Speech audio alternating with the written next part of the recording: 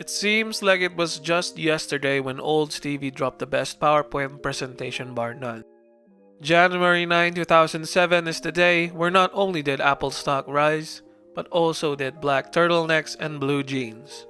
Ever since, Apple became this looming authority in the mobile phone space and has cultivated a mass of loyal followers who we shall call Apple fanboys, or my personal favorite, iSheep, who will fucking upgrade every single year. At the time, Nokia's ship was sinking and the new trend was touchscreens, baby. I mean, how could we have lived in a time where tiny thumb keyboards were a thing, or be so archaic with all these cool ass designs, and use numpads? There were phones before the iPhone with touchscreens, like the Samsung SGH F700, the LG Prada, and etc. But those touchscreens were janky and were resistive, so you had to really hammer your fingernails to check your emails. Apple, as you know, has a design philosophy of making things simpler. Hell, one can even say that they removed features for the sake of really getting that sleek, modern look at the expense of some core features, like removing the damn 3.5mm headphone jack and creating the AirPods. Talk about creating a problem in a solution. God damn, Apple, you really are marketing geniuses. So there you go, a slab of glass with just one button. I gotta give it to them, they really played a part in making phones into a fashion statement.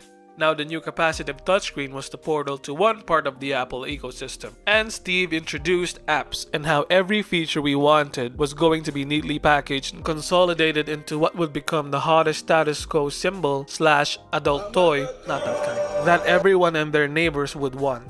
Music, you got it. Emails, have at it. Web surfing, knock yourself out. And most importantly, messaging, we got blue bubbles, bitch. Looking back though, after almost more than a decade and multiple revisions, I can say that the iPhone really did get a facelift and not all of them was good. Personally, my favorite iPhone design was the iPhone 5. Remember when iPhones were smaller? But yeah, they really worked on making this thing slimmer and bigger.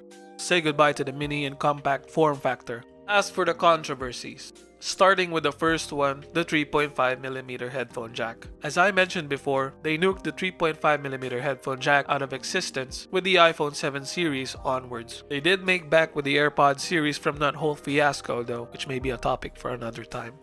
Bendgate. Why are all these people complaining about Bendgate? Oh, Bendgate? Oh, my bad. As with all new tech, there's bound to be issues. No item is perfect and the iPhone ain't no exception. Enter Bendgate. Anybody else remembered when Apple released their first foldable phone?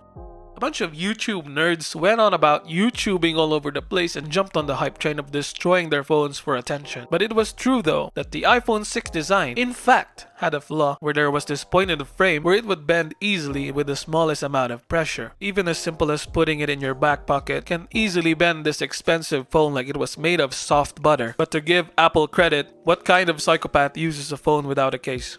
I'm looking at you. But yeah, they did fix it with the next iteration going forward. Oh, the notch. Oh, god damn it, the notch. Yeah, the stupid fucking notch. How can we ever scrub past this? Since the iPhone 10, we have to look at this hideous atrocity. Hole punch cutouts are superior. Come on, Apple. Okay, sorry, I'm overreacting a little bit. But truthfully, it looks terrible. And I guess this is a nice segue to what the fuck this video is supposed to be about. So instead of talking about the older iPhones, I'd like to focus on the latest one, which is the iPhone 15 Pro Max.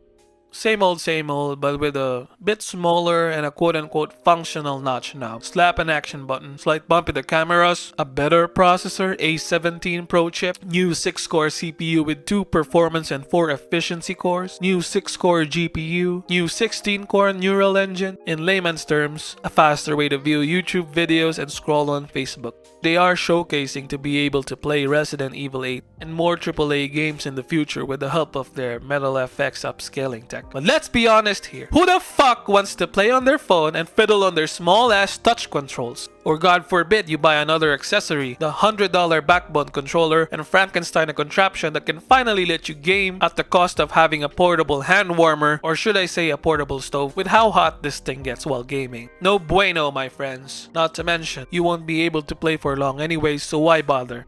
Why not just get a PS5 for $500, get the game that you want, buy a cheap Roku TV, and call it a day, and spend less than half of what the iPhone's price is? I'm sorry, I need to calm down. The fuck? Anyways, as a glorified YouTube streaming device, I mean a phone, it still is similar to the old versions. Hell, I'd go as far to say as the freaking iPhone 11 Pro Max is still a good deal to this day compared to the iPhone 15 Pro Max, since if there's one thing Apple's good at, it's longevity with its software. And fair enough, you can bet these phones get support for a long time. But yeah, one of the biggest selling points of this year's iPhone was being able to seriously game on it with actual console games. I find it funny that you are going to buy up to a $1,600 phone and all you want to do is play Resident Evil Village at a subpar experience. I say that because the touchscreen controls are hot garbage. But hey, to each their own. In my opinion, Apple has lost a little bit of its magic. The iPhone 15 Pro Max is a shell of its former glory, and it feels like a yearly update for the sake of pleasing investors. It is boring, and people should just definitely skip this. But hey, I can't stop anybody to buy this. It's fairly easy to buy with phone plans and whatnot. That's another thing. These companies can get away with pricing the Pro version of their phones to the moon because they know we, the consumers, are just gonna lay away the payments anyways. Yikes. Which is why I advocate buying used phones and having the batteries replaced. You can actually do this. Last time I checked, it was like $20 for iPhone battery replacements. The 11, 12, or even the 13 Pro Max are still good and will be supported for many years to come. Well, I think I rambled long enough. Thank you for watching. We were meant to be dancing in the moonlight, gazing at the stars so bright, holding you until the sunrise, sleeping until the midnight. Get up on the floor, dancing all night long. Get up on the floor, dancing till the break of dawn. Get up on the floor, dancing till the break of dawn. Get up on the floor, dancing.